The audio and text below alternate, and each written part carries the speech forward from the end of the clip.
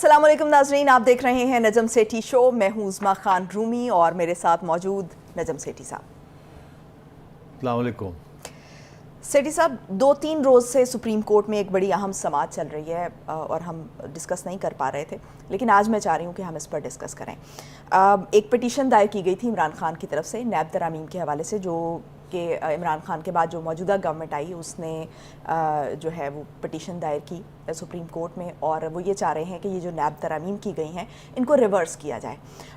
और इस हवाले से अभी ये 2-3 दिन से समाअत जारी है और जस्टिस उमर अता बंदयाल जो चीफ जस्टिस हैं, जस्टिस एजाजुल हसन और जस्टिस मंसूर अली शाह, ये 3 रुकनी बेंच है जो इस केस पर समाअत कर रहा है। तीनों जजेस की हम इस समाअत के दौरान अगर रिमार्क्स देखें तो तीनों जजेस की सोच हमें मुख्तलिफ नज़र आ रही है। मुख्तलिफ सवालात हैं, मुख्तलिफ रिमार्क्स हैं, जिसकी वजह से एक कन्फ्यूजन सी पैदा हो रही है। तो ये क्या हो रहा है यहाँ इस समाअत के दौरान? शरारती सवाल है, शरारती जवाब मिलेगा और फिर तुम बचा लेना मुझे जस्टिस उमर अता बंदयाल से। आप मुझे बचा लें, मैं आपको बचा लूँगी। फिर तुम जाके रोना धोना के जी वो सेठी जो है ना वो बड़ा मुश्किल हो जाता है, ठीक है, और गिर जाना और जाके माफ़ी मांग लेना। डन। ठीक है, मैं तुम्हारे पीछे खड़ा हूँ। ठीक है, ठीक है, ठीक है, डन। अच्छा, बात ये है कि इन ऑल सीरियसनेस कि ये पीडीएम की गवर्नमेंट जब आई तो इनके दो कानून इन्होंने पास किए। एक इन्होंने इलेक्शन लॉज ईवीएम वगैरह को ख़त्म किया और एक इन्होंने नैब तरमीम की। नैब तरमीम के बारे में काफ़ी अरसे से डिस्कशंस चल रही थी। 2019 में सबसे पहली तरमीम नैब के ऑर्डिनेंस के अंदर इमरान खान की हुकूमत ने की 2019 में। उसके बाद फिर ये बात शुरू हो गई कि उन्होंने पूरी बात नहीं की, कुछ बातें छोड़ दी, कुछ उन्होंने अच्छे चीज़ें की थी, मगर बहुत सी चीज़ें रह गई थी। और जब ये लोग आए तो इन्होंने ज़ाहिर है कुछ चीज़ें वो भी ठीक की और कुछ ऐसे कानून जो कि डायरेक्टली इनके साथ जिसका ताल्लुक़ था, गिरफ्तारियाँ, सिर्फ एक्यूज़ कर दिया जाए तो गिरफ्तारियाँ। मगर सबसे इम्पॉर्टेंट अमेंडमेंट जो उन्होंने की है कि नैब के अंदर जो ओरिजिनल कानून था वो ये था कि अगर मैं आके कहता हूँ कि उस्मा तुमने इतनी चोरी की है, तो आम कानून के अंदर तो ये होता है कि मैंने इल्ज़ाम लगाया, मैं प्रूव करूँ। अच्छा जी, आप आगे से कहती हैं अच्छा जी सेठी साहब तुसी मेरे से बड़ा इल्ज़ाम लगाता है, ले आओ ना की तुहाडे कोल सबूत है, और अगर मेरे पास सबूत नहीं है तो आप घर चले जाएंगे आराम से। मगर अब जो नैब कानून ने इसको, जब मुशर्रफ साहब ने 2001 में ये लेके आए थे, तो ये कोर इशू जो था इसको चेंज कर दिया था। उसमें ये था कि उज़मा तुमने चोरी की है। अब उज़मा ने कहना है कि नहीं मैंने नहीं चोरी की, तो आगे से कानून कहता है अच्छा नहीं की, बताओ ना कैसे नहीं की, तुम बताओ कैसे नहीं की। तुम्हारे जेब में 10 रुपये हैं, मैं कहता हूँ ये चोरी का माल है। अगर पुराने कानून में ये था कि जी मुझे दिखाना पड़ेगा कि 10 रुपये कहाँ से आए, चोरी के आए या और क्यों आए, और अगर नहीं कर सकूंगा तो ख़त्म होगी बात। अब ये जिस पर इल्ज़ाम लगाया गया होगा वही साबित करेगा जो इल्ज़ाम लगाने वाला है। अब ये था नैब के अंदर ये बना दिया कानून कि नहीं आप बताएं ये 10 रुपये कहाँ से आए, और अगर आप सही जवाब नहीं दे सकेंगे, हमें मुतमईन नहीं कर सकेंगे, तो आपको अंदर कर देंगे, आपने चोरी की। तो ये बहुत बड़ी कानून के अंदर तब्दीली आई। दुनिया में मेरा ख़्याल है ये वाहिद केस था जहाँ के एक ऐसा कानून बनाया गया जिसमें कि पहले से ये फ़ैसला हो जाता है कि आप गिल्टी हैं, आपने चोरी की है, अब आप सबूत दें कि आपने नहीं की। हालांकि हर जगह पे ऐसे होता है कि हम आपको कहते हैं आपने चोरी की है, तो आप कहते हैं सबूत दें कि मैंने चोरी की है कि नहीं की। दुनिया का असूल और कानून चलता है इसके ऊपर, इनोसेंट अनटिल प्रूवन गिल्टी। इन्होंने कर दिया गिल्टी अनटिल प्रूवन इनोसेंट। तो इसकी वजह से फिर जिसको चाहें वो पकड़ लेते थे, क्योंकि पहले से ये अजम्पशन होती थी कि जी आपने तो चोरी की है, हम कह रहे हैं, अब आप कहें कि नहीं की, और केसेस चलते थे।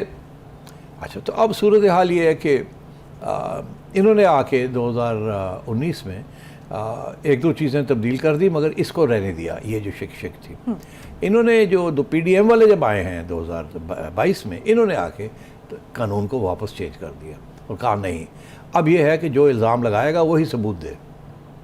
अच्छा, वो तो बहुत मुश्किल हो गया ना अब तो इसलिए अब नैब को छोड़ना पड़ रहा है। वो नैब के पास सबूत है ही नहीं करप्शन का। नैब के पास कोई सबूत ही नहीं है कि जी शहबाज शरीफ ने करप्शन की है या फलाने ने करप्शन की है या फलाने ने तो अब वो रख नहीं सकते उनको, अब उनके केसेस फारिग होते जा रहे हैं।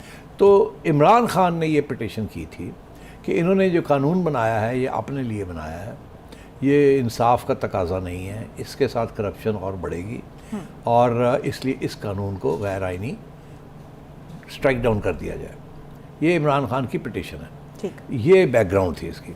अब उस पिटीशन के अंदर चीफ जस्टिस साहब ने 3 मेंबर बेंच बनाया, एक और तीनों जो जजेस हैं ये एक तो खुद तीनों जो हैं तीनों लाहौर हाई कोर्ट के चीफ जस्टिस रहे हैं। बंदयाल साहब भी चीफ जस्टिस थे 2013 में और जस्टिस मंसूर अली शाह उनके बाद आए हैं, उसके बाद एजाज साहब भी ये रहे हैं। और दिलचस्प बात यह है कि आज चीफ जस्टिस उमर अता बंदयाल साहब हैं और इनके बाद जस्टिस फायजी साहब आ रहे हैं, फिर उसके बाद जस्टिस एजाज आ रहे हैं और जस्टिस एजाज के बाद शायद एक आध के बाद फिर जस्टिस मंसूर भी बनेंगे। तो आप सोचिए कि बड़ी दिलचस्प किस्म की इकट्ठ किया गया, बेंच बनाया गया। अच्छा, अब उस बेंच के अंदर सिर्फ यही दिलचस्पी नहीं है, इसके अंदर एक और भी दिलचस्पी है जो आज कल नज़र आ रही है। वो ये है कि जस्टिस एजाज, ये याद रहे कि जस्टिस एजाज का बहुत बड़ा रोल था उस GIT में और उसमें पैनामा के केसेस में, जिसमें अंदर उन्होंने बड़ी सख्ती के साथ नवाज शरीफ साहब को फारग किया था। He was one of those 5 member bench. अच्छा, और जस्टिस मंसूर के बारे में ये कहा जाता है कि बड़े वो डेमोक्रेटिक माइंडेड जज हैं और बड़ी कॉन्स्टिट्यूशन को बड़ा क्लोजली फॉलो करते हैं।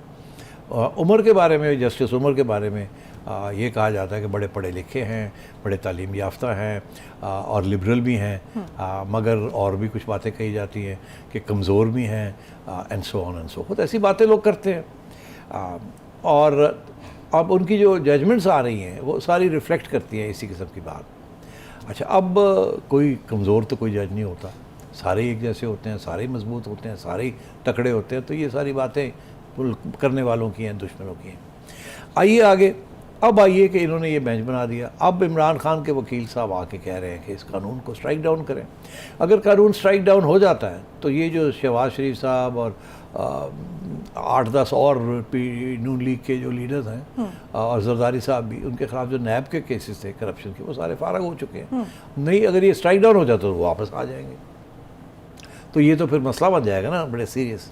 एक तो इशू ये है कि सियासी इशू है, दूसरा इशू कॉन्स्टिट्यूशन का कि क्या पार्लियामेंट जो कानून बनाती है उसको स्ट्राइक डाउन सुप्रीम कोर्ट कर सकता है कि नहीं कर सकता। Important question. अच्छा, ये क्वेश्चन तो इंपॉर्टेंट है मगर इसके जवाब भी इतना मुश्किल नहीं है। सुप्रीम कोर्ट की ये फैसला रहा है कि अगर कोई ऐसा कानून बनता है जो आइन के बहुत अहम बेसिक स्ट्रक्चर के ख़िलाफ़ या बेसिक राइट्स जो उसके अंदर इंश्राइंड है, उसके ख़िलाफ़ अगर कोई कानून बनता है तो उसको स्ट्राइक डाउन किया जा सकता है। ख़ुसूसन अगर नैब लॉ फंडामेंटल राइट्स को किसी तरीके से था, तो फिर उसको कोई भी कानून हो, अगर वो फंडामेंटल राइट्स जो कि बेसिक टेनेट है कॉन्स्टिट्यूशन का, आज़ादी जो है हमारी फंडामेंटल आज़ादी आवाम की, अगर उसके ख़िलाफ़ है तो वो कानून को सुप्रीम कोर्ट स्ट्राइक डाउन कर सकता है। ठीक। अच्छा, अब और यहाँ एक केस ऐसा भी है कि एक कानून बना था जिसके बारे में 2001 की बात है, मुशर्रफ साहब का ज़माना था मेरा ख्याल है, और उसका नाम है असफंदियार वली केस। उसमें सुप्रीम कोर्ट ने इसी आर्ग्यूमेंट के ऊपर कि एक कानून था कि ये फंडामेंटल राइट्स के ख़िलाफ़ है, कि उसको स्ट्राइक डाउन कर दिया था। अच्छा, आज ये आर्गूमेंट दी जा रही है कि ये भी जो कानून है ये फंडामेंटल राइट्स के ख़िलाफ़ है, इसको भी स्ट्राइक डाउन किया जाए। उसके ऊपर जस्टिस मंसूर का ये मौक़िफ़ है कि कैसे ये फंडामेंटल राइट्स के ख़िलाफ़ कैसे, इसका तो कोई सबूत नहीं है और उनके ख़्याल में ये इसको स्ट्राइक डाउन नहीं किया जा सकता। उधर जस्टिस एजाज हैं, वो समझते हैं कि जी ये किस किस्म का कानून है, लोगों ने अपने लिए बना लिया है, इससे तो धज्जियाँ उड़ा दी हैं, इससे करप्शन बढ़ जाएगी, ये हो जाएगा वो हो जाएगा और रोना धोना और फलाना ढींगड़ा। तो जाहिर है वो तो ये चाहते हैं कि इस कानून की छुट्टी करा दी जाए। और बीच में बैठे हैं जस्टिस उमर अता बंदयाल, वो कभी एक बात कहते हैं जिससे ऐसे लगता है कि वो पार्लियामेंट की सॉवरेनिटी को मानते हैं कि पार्लियामेंट जो चीज़ करती है उसको अदालतें नहीं चैलेंज करना चाहिए, और फिर कभी कभी ऐसे सवाल भी कर लेते हैं जिसके साथ और भी कन्फ्यूजन हो जाती है कि यार शायद आज तो जस्टिस एजाज वाल चले गए ने, आज जस्टिस मंसूर वाल चले गए ने, और दरमियान में वो खेल रहे हैं। अब इसके बहुत से एग्जाम्पल्स हैं आज की और कल की जो हेयरिंग्स हुई हैं, वो जो कि हम दे सकते हैं अगर आप चाहें तो बात हो और सकती वो करप्शन की आप बात कर रहे थे, तो करप्शन पे उन्होंने कहा कि अगर अब जो रेटिंग आएगी ट्रांसपेरेंसी इंटरनेशनल की जो आएगी, उसमें इन नैब तरामीम के बाद जो है वो उससे भी 100 नंबर पे नीचे चला जाएगा। अच्छा, अब ये जस्टिस एजाज नहीं है जी। जस्टिस एजाज का ये कहना था कि अगर ये कानून रहा तो करप्शन बढ़ जाएगी पाकिस्तान। यही वो इमरान खान का भी यही मौक़िफ़ है कि इन्होंने जो करप्शन जो है अब तो बहुत बढ़ेगी बिकॉज इन्होंने अपने आप को माफ़ करा लिया।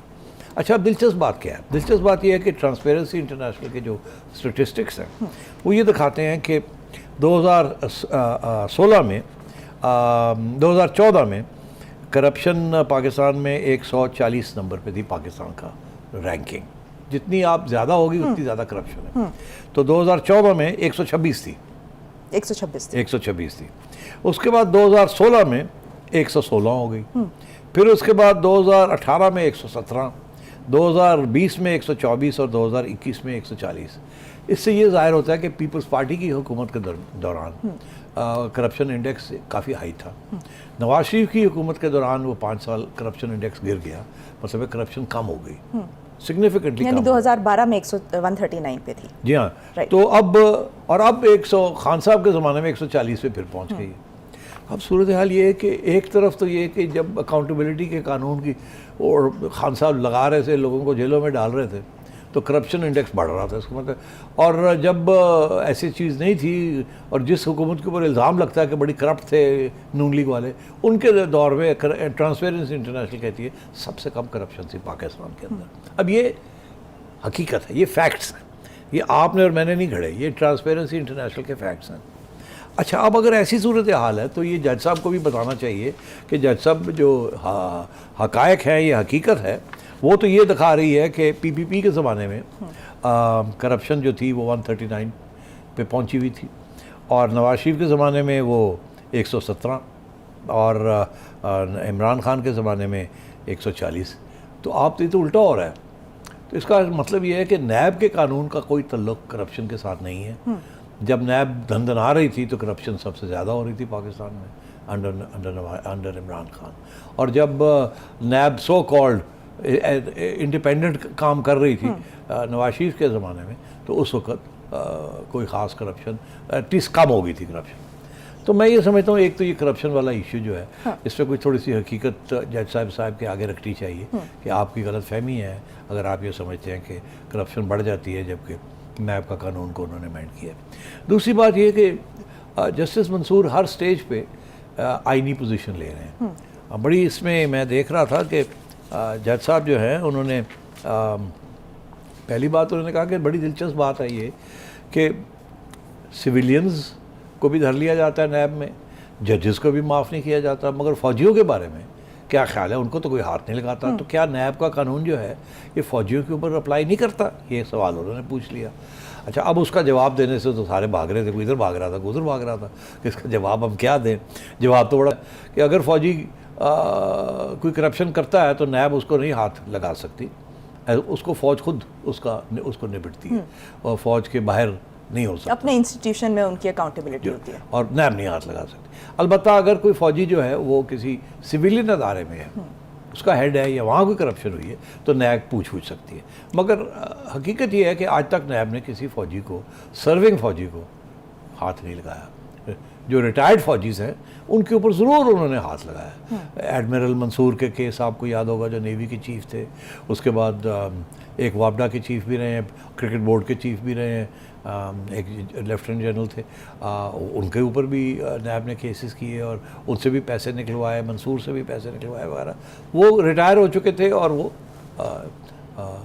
दे were involve in commissions and stuff like that. तो अब बात यह है कि ये सवाल का जवाब नहीं मिला अभी तक।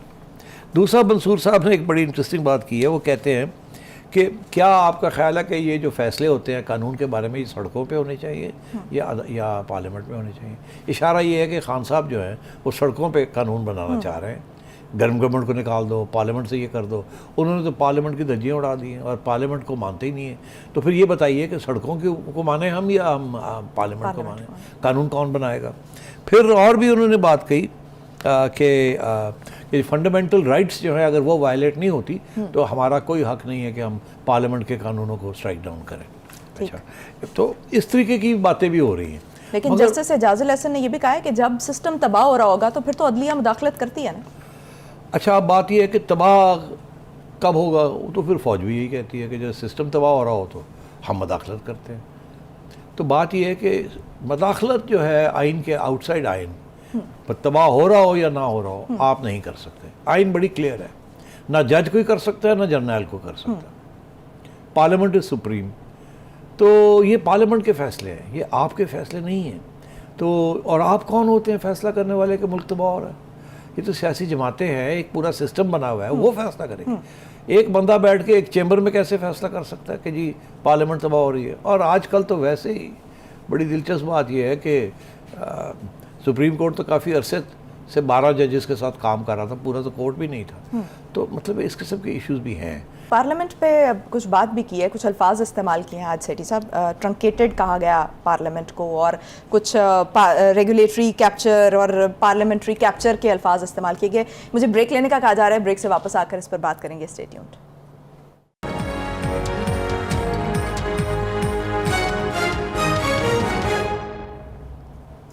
ब्रेक के बाद खुश आमदीद। सेठी साहब, एक तरफ तो जो आज के रिमार्क्स थे उसमें ये कहा गया कि नैब लॉ में इम्प्रूवमेंट हुई है, लेकिन दूसरी तरफ जो जिस तरह के रिमार्क्स दिए गए या जिस तरह से पार्लियामेंट को ट्रंकेटेड कहा गया और ये कहा गया कि फिर हम हालिया नैब तरामीम को पार्लियामेंट्री कैप्चर कहेंगे, तो ये क्या मतलब दो ऑपोजिट बातें क्यों हो रही हैं? देखिए, पहली बात में तो वज़न है, दूसरी बात में बिल्कुल कोई वज़न नहीं है। पहली बात ये है कि जी जज साहब, चीफ जस्टिस साहब ये कह रहे हैं कि कुछ तो इम्प्रूवमेंट्स भी हुई हैं, जो तरमीम भी जो हुई है वो पॉजिटिव बात की है। वो क्या इम्प्रूवमेंट हुई है कि पहले ये होता था कि उस्मा पे इल्ज़ाम लगाया, उस्मा को पकड़ के ले गए, 90 दिन के लिए फेंक दिया। अब ये नहीं हो सकता। जो तरमीम हुई है उसके अंदर इल्ज़ाम, सिर्फ इल्ज़ाम के ऊपर आप किसी को गिरफ्तार करके जेल में नहीं रख सकते। वो इंडैक्टमेंट करनी पड़ती है, फिर उसके बाद रिमांड होता है और ये 90 दिन वाली बात ख़त्म हो गई। तो कहते हैं ये तो अच्छी बात है, बिकॉज ये अगेन ये फंडामेंटल राइट्स के अंदर आ जाती है, ये उसके हक में है फंडामेंटल राइट्स। तो ये तो स्ट्रेंथन किया, अच्छा किया ये कानून। मगर जहाँ जो चीफ जस्टिस साहब ने आज जो नई बात कर दी, जिसके साथ बहुत से सवाल खड़े हो जाएंगे, कि उन्होंने ये कहा कि ये उनका ये मौक़िफ़ लगता है, वो कहते हैं कि ये क्या ऐसा कोई भी कानून इस किस्म की पार्लियामेंट पास कर भी सकती है कि नहीं, और ये किस किस्म की पार्लियामेंट है? उन्होंने लफ्ज़ इस्तेमाल किया ट्रंकेटेड। ट्रंकेटेड होता है छोटा किया, कट, जिसको कट कर दिया जाए, मुख्तसर। उनका ये कहना मुख्तसर, ट्रंकेटेड, कटी हुई। अब उनका ये मतलब ये है कि अब पीटीआई तो बैठी नहीं हुई वहाँ, मतलब 180 लोग या 170 या 150 जितने भी हैं वो सारे बाहर बैठे हुए हैं। तो पार्लियामेंट जो है वो तो मर के सिंपल मेजॉरिटी पे अब आ गई है, बाकी लोग तो है ही नहीं वहाँ। तो ये कैसी पार्लियामेंट है जो कि जिसे कहते हैं लूली लंगड़ी पार्लियामेंट? तो ये क्या ये कानून भी पास कर सकती है कि नहीं? ये मतलब ये सवाल इतना ख़तरनाक है, मैं समझता हूँ कि अगर इसका आप जवाब ढूंढने जाएं और ये अगर सबूत हो जाए ये कि जी वो तो ट्रंकेटेड है और ये कानून नहीं पास कर सकती, तो ये पार्लियामेंट की छुट्टी हो जाएगी, रैप अप हो जाएगा सारा कुछ। अच्छा, अब ये सवाल क्यों किया गया? ये तो मैं समझता हूँ कि इट्स अ वेरी प्रोवोकेटिव सवाल। और ये उस चीफ जस्टिस से क्या ये समझते हैं कि ये पार्लियामेंट ट्रंकेटेड है और एक ट्रंकेटेड पार्लियामेंट कानून नहीं पास कर सकती?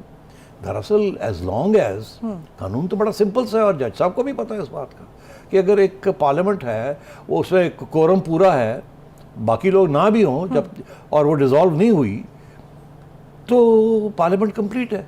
ये क्या बात हुई कि जी पार्लियामेंट कंप्लीट नहीं है इसलिए क्या कानून पास कर भी सकती है कि नहीं? और ये वो जज साहब हैं, अब मैं माजरत के साथ ये कह रहा हूँ because I am quite shocked by this question, ये वो जज साहब हैं जिन्होंने जब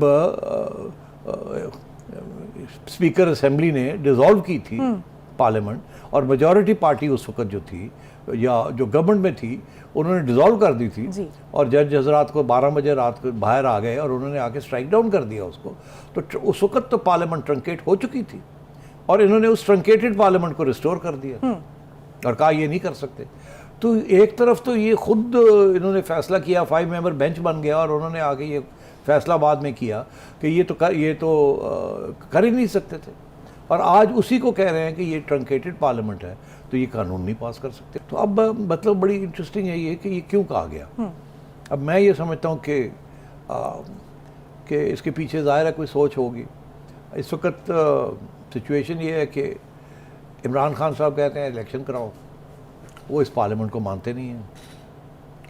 वो कहते हैं हम तो रिज़ाइन कर बैठे हैं। पार्लियामेंट कह रही है कि हम, स्पीकर कह रहे हैं हम तो रिज़ाइन नहीं मानते, आप इस पार्लियामेंट का हिस्सा है, जब तक आपको हम छुट्टी नहीं कराएंगे आप जा नहीं सकते। और ना ही election commission by elections call कर रहा है। तो एक ये सिचुएशन हुई हुई है। तो अगर स्पीकर नहीं बात मान रहा, वो कहता है नहीं पार्लियामेंट पूरी है, और इलेक्शन कमीशनर भी नहीं मान रहा, तो जज कैसे कह सकता है कि ट्रंकेटेड है। ठीक। और पीटीआई के जो खुद एमएनएस हैं वो इसी सुप्रीम कोर्ट के पास जाके ये कह रहे हैं कि हमें बहाल किया जाए, हमने तो रिज़ाइन ही नहीं किया। और यही जजमेंट्स हैं कि जी जाइए आप, स्पीकर साहब इनको सुने, ये आना चाहते हैं वापस इनका सुनने। तो मतलब ये क्या हो रहा है। एक तरफ इमरान खान साहब पार्लियामेंट जाना नहीं चाहते, दूसरी तरफ वो जो लोग बैठे हुए वहाँ वो कहते हैं हमने इलेक्शन टाइम पे कराने हैं, मुझसे पहले कराने नहीं है। एक क्राइसिस चल रही है, उस क्राइसिस के अंदर सारे मुल्क का नुकसान हो रहा है। क्या ये हम ये समझें कि जज साहब जो है एक तरफ इमरान खान साहब के ऊपर उन्होंने तलवार रखी हुई है, तोशाखाना केस, फलाना केस, कंटेम्प्ट केस, ये कि तुम जो है सड़कों से हटो और पार्लियामेंट में जाओ और बात करो वहाँ जाके। और उन्होंने एक दफ़ा नहीं कुछ दफ़ा पहले भी कहा है कि ये सड़कों की सियासत क्या है, हमारे पास क्यों भागे आते हैं, जाए पार्लियामेंट। उन्होंने कहा है, जस्टिस उमर ने ये बात कही है। एक तरफ तो उनको कह रहे हैं जाए वहाँ पे जाके अपने मसाइल हल करें, और उधर उनको कह रहे हैं पार्लियामेंट में जो बैठे हैं कि ओए तुसी भी सोच लो, ਤੁਹਾਨੂੰ ना असी उड़ा दईए, तुसी भी गलबात कर लो।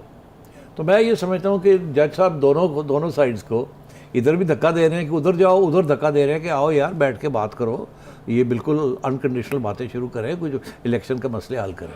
तो ये दोनों तरफ क्योंकि इस्टेब्लिशमेंट पीछे हट गई है।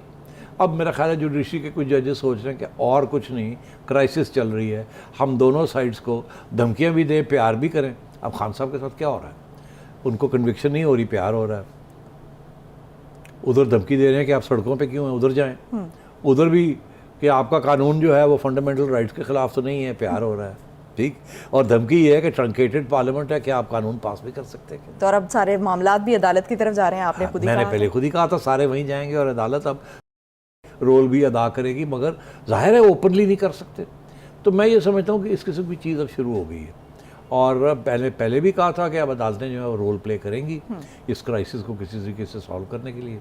और वो अब आज ये जो केस है नैब वाला और डिस्क्वालिफिकेशन के केसेस, ये सारे जो हैं, और आगे नवाज शरीफ का जो केस आ रहे हैं एक्विटल के, ये सारे उसी पस मंज़र में देखे जाएंगे और रास्ते निकाले जाएंगे, उसी के गिर्द घूम रहे हैं। अच्छा, एक और बड़ी अहम डेवलपमेंट हुई है, जो चेयरमैन पब्लिक अकाउंट्स कमेटी है नूर आलम खान, उन्होंने जो 10 साल का रिकॉर्ड तलब किया है तोशाखाना का। उन्होंने कहा है कि जजेस, ब्यूरोक्रेट्स, जितने भी चीफ ऑफ आर्मी स्टाफ हैं, नेवल चीफ्स हैं, ये सारे के सारे और दीगर वज़रा जो हैं वो अपना 10 साल का रिकॉर्ड जमा कराएं। तो क्या ये मुमकिन होगा कि इनकी अकाउंटेबिलिटी की जा सके? नहीं, कोई मुमकिन नहीं है।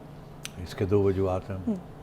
नूर आलम साहब ने पहले भी जजेस के बारे में जज को, रजिस्ट्रार साहब को लिखा था कि आप बताएं किसने कौन कौन से प्लॉट्स लिए हैं। तो रजिस्ट्रार साहब ने सलाम दुआ भी नहीं ली उनकी, उन्होंने फाड़ फूड़ के फेंक दिया, जवाब तक नहीं दिया। और फिर ये बातें शुरू हो गई कि जी जजेस को पब्लिक अकाउंट्स कमेटी तो पूछ ही नहीं सकती कुछ, आप तो इलेक्टेड लोगों के बारे में पब्लिक अकाउंट्स हैं, नॉन इलेक्टेड लोगों के बारे में तो आप पूछ ही नहीं सकते। और स्पेशली जुडिशरी, सवाल ही पैदा नहीं होता कि हम आपको सलाम भी करें। उनको तलब भी किया रजिस्ट्रार को, ये नूर साहब ने। उस वक्त महल तनवीर थे और आओ जी इधर आओ, नहीं आंदे की कर लोगे, नहीं गए। फौज वो तो पहले दिन से कहती है हम तो अपनी अकाउंटेबिलिटी करते हैं।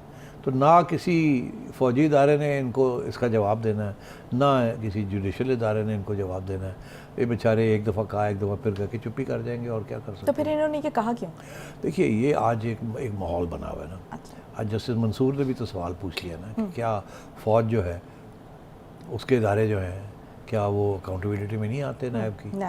तो ये अब इशू खड़े हो गए हैं कि नैब बड़ी ज़्यादती करती रही है, बड़ी वन साइडेड रही है, और अब इसीलिए कानून भी तब्दील किया गया है। अगर नैब ने अच्छा काम करना है तो फिर सबको सबके ऊपर लागू होना चाहिए। ये स्पेशल केसेस जो हैं ये नहीं होने चाहिए, और क्योंकि हैं और बड़े पावरफुल इदारे हैं, तो मैं ये समझता हूँ कि अब नैब फारग होने वाली है। नैब का कोई ख़ास रोल नहीं रहेगा। छोटे छोटे केसेस, और वो भी छोटे केसेस के 50 करोड़ से कम का केस हो तो वो कहते हैं आप ले ही नहीं सकते। तो ना छोटे केसेस ले सकते हैं, ना कोई बड़े केस जो है किसी जज के ख़िलाफ़ या किसी जनरल के ख़िलाफ़ कर सकते हैं। तो रह कौन गए? MNAs MPs रह गए। MNAs MPs की चोरी सब 50 करोड़ से कम ही होती है। तो रह गए प्राइम मिनिस्टर्स। तो अब प्राइम मिनिस्टर्स जो है जो वो जब हाथ मारते हैं तो मारते होंगे, मगर फिर वो इतने बेवकूफ़ तो नहीं है कि वो नैब आके उनको पकड़ ले। अभी आपने देखा कि ब्रिटिश क्राइम एजेंसी ने भी कोशिश पूरी की नैब के कहने के ऊपर, मगर उन्हें कुछ नहीं मिला शहबाज शरीफ साहब और उनके साहिबजादों के खिलाफ।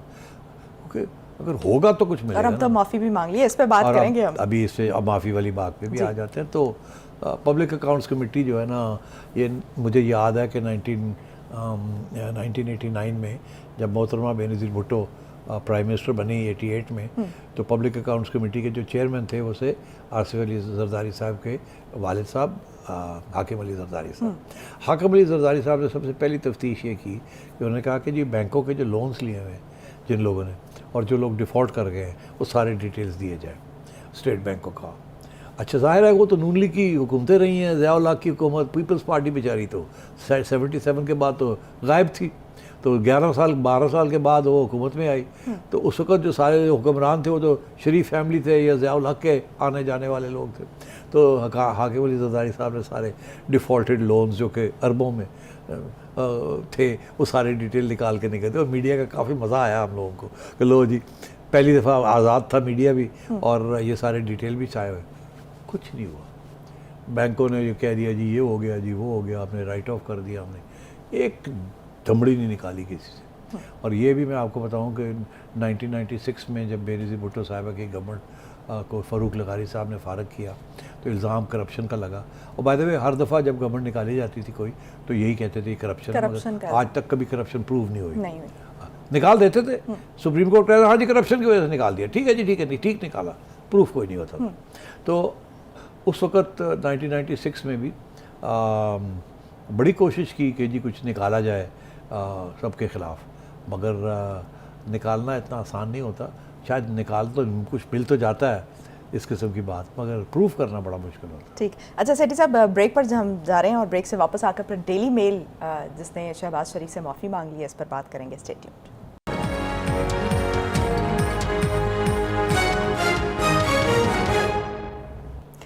ब्रेक के बाद खुश आमदीद। सेठी साहब, डेली मेल ने वज़ीर-ए-आज़म शहबाज शरीफ के ख़िलाफ़ जो 2019 में आर्टिकल लिखा था उसको वेबसाइट से भी हटा दिया है, माफ़ी भी मांग ली है, और शहबाज शरीफ जो हैं और जो नून लीग है वो इसे अपनी जीत करार दे रही है। जबकि जो डेविड रोज़ हैं उन्होंने ट्वीट में लिखा है कि ये सिर्फ एक पॉइंट पर माफ़ी मांगी गई है, और जो तहरीक इंसाफ है वो कह रही है कि ये मुकमुका है। तो क्या सूरत हाल है, क्या कन्फ्यूजन है इसमें? तो बिल्कुल नहीं है, इसमें दो पहलू हैं इसके। एक बात तो ये है कि उसके अंदर दो किस्म के इल्ज़ाम थे। एक ये था कि ब्रिटिश डेवलपमेंट एजेंसी है डिफिड, उस 2008 से लेके 2018 तक उन्होंने कोई 600 मिलियन पाउंड्स की एड दी थी। और ये बरतानिया का महकमा बरतानिया का जो फॉरेन एड का एक महकमा है डिफिड डेवलपमेंट एजेंसी जी। तो वो पंजाब में उन्होंने खर्च किया, वो उसमें से एक हिस्सा था फ्लड्स के रिलीफ के लिए। और जब वो 12 में आए थे फ्लड्स, 11-12 में ही आए थे, तो इल्ज़ाम ये लगाया था 2010 में आए थे, तो इल्ज़ाम ये लगाया था कि वो जो पैसे थे उसके जो प्रोजेक्ट बना था वो शहबाज शरीफ साहब के किसी भांजे को वो प्रोजेक्ट मिला था और उसमें से उन्होंने करप्शन की थी, ये इल्ज़ाम लगा दिया। अच्छा, दूसरे इल्ज़ाम ये थे कि वो इल्ज़ाम थे जो कि नैब ने शहबाज शरीफ और उनके साहिबजादों के ऊपर लगाए हैं। तो उस आर्टिकल के अंदर दो पहलू थे, एक ये कि डिफिड के पैसे शहबाज शरीफ के रिश्तेदार ने किए और शहबाज शरीफ चीफ मिनिस्टर थे, इन्होंने वो इनको पार्सल किया, वो तो दोनों इन्वॉल्व थे। उधर दूसरा इशू जो था, नैब ने ये केसेस किए हुए थे, खान साहब ने करवाए थे, तो उन्होंने कहा जी ये इल्ज़ाम है और ये आर्टिकल था। अब इसके जो पहला पार्ट है वो तो नैब ने शहबाज शरीफ साहब को कहा था कि आपने प्रूव करना है कि आपने करप्शन नहीं की, हम तो कहते हैं आपने की है। उस बेसिस के ऊपर डेली मेल ने कहा कि आप करप्ट हैं, क्योंकि नैब कह रही थी आप करप्ट हैं। तो इन्होंने कहा जी आप करप्ट हैं। दूसरा उन्होंने कहा कि इनकी अपनी तफ्तीश, इनका ये कहना था कि वो जो डिफिड का पैसा है वो भी करप्शन आपने की। हुआ ये कि जैसे ही ये स्टोरी आई तो ब्रिटिश एजेंसी ने फ़ौरन एक स्टेटमेंट दे दिया कि ये बिल्कुल सरासर झूठ है, हमारा पैसा एक धेले करप्शन में नहीं जाता, हम बड़ी स्ट्रिक्ट हमारी सारा कुछ है। तो उन्होंने तो फ़ौरन डिनाई कर दिया, और गवर्नमेंट का वो इदारा था तो वो डेली मेल की तो टांगे कांपने लगी कि हुणगी करिए, वो तो क्लियर कट केस था, माफ़ी मांगनी पड़ेगी। दूसरा जो केस था वो नैब वाला था। तो अब हुआ क्या है, उन्होंने उसकी माफ़ी मांग ली है कि जी हम माफ़ी मांगते हैं। नैब के जो इल्ज़ाम थे जो उन्होंने आगे बढ़ाए थे, अब उनको वो भी प्रॉब्लम बन गया है, क्योंकि अब वो कानून ही चेंज हो गया है। अब नैब ने ही सारे केसेस विड्रॉ कर लिए। अब वो जो इल्ज़ाम नैब वाले थे वो फारग हो गए, मगर जब ये लगे थे उस वक्त फारग नहीं थे। तो अब फिर ये फैसला हुआ कि चले जी हम सारी जगह से वो आर्टिकल जो है वो विड्रॉ कर लेते हैं। वो जो नैब वाले केसेस हैं, जब हमने कहा था तो उस वक्त वो करप्शन थी, अब वो करप्शन नहीं है, इसलिए वो बात छोड़ देते हैं। आप भी छोड़ दें, हम भी छोड़ देते हैं, इधर हम माफ़ी मांग लेते हैं और सारी जगह से सारे का सारा मजमून जो है वो ले जाते हैं। तो अब हुआ यही है कि जो आर्टिकल था वो बिल्कुल गलत था।